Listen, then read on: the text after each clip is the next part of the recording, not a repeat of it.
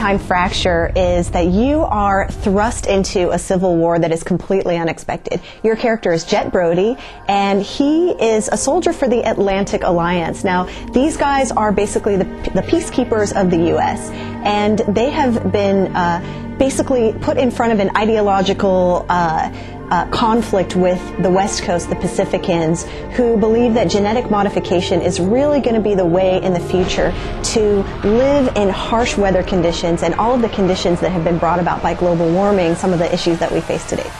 So you are Jet Brody, you're basically sent on a peace envoy to Pacifica to find out what those guys are doing around this genetic modification. And when you get there, you discover that they've basically set you up for this war. So that's basically how the narrative begins, and then you're set on a giant grand chase through the game.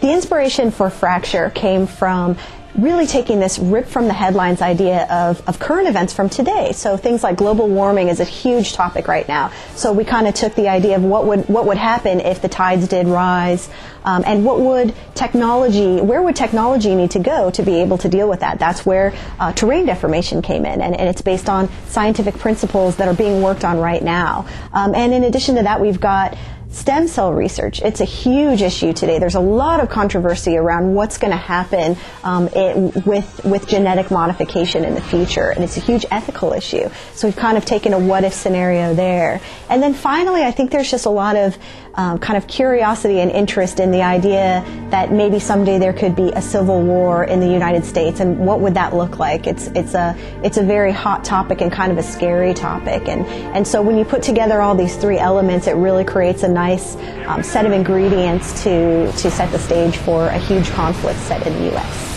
Fracture being set 150 years in the future has really given the designers license to take great kind of familiar concepts and things we love about weapons today, but really blow them out into the future. So what we've got is things like the Black Widow, which is a sticky grenade launcher that you can detonate at will, and you can also launch up to 6 at a time. We've got a torpedo gun, which you can shoot a giant torpedo underneath the ground through barriers and hit your enemies behind safety. We've got a vortex grenade, which just takes a big maelstrom of energy and sucks everything into a swarm of energy and then spews it out and kills everything in its wake. And there are all kinds of weapons.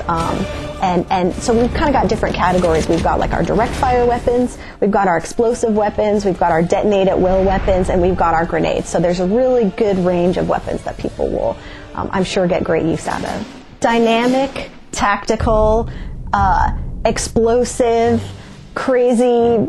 How do you define Fracture in just 5 words? I mean, it's the ability to reshape the world like this is just out of this world, something people have never seen. Fracture is coming out this October 10th, coming up really soon on the Xbox 360 and the PS3.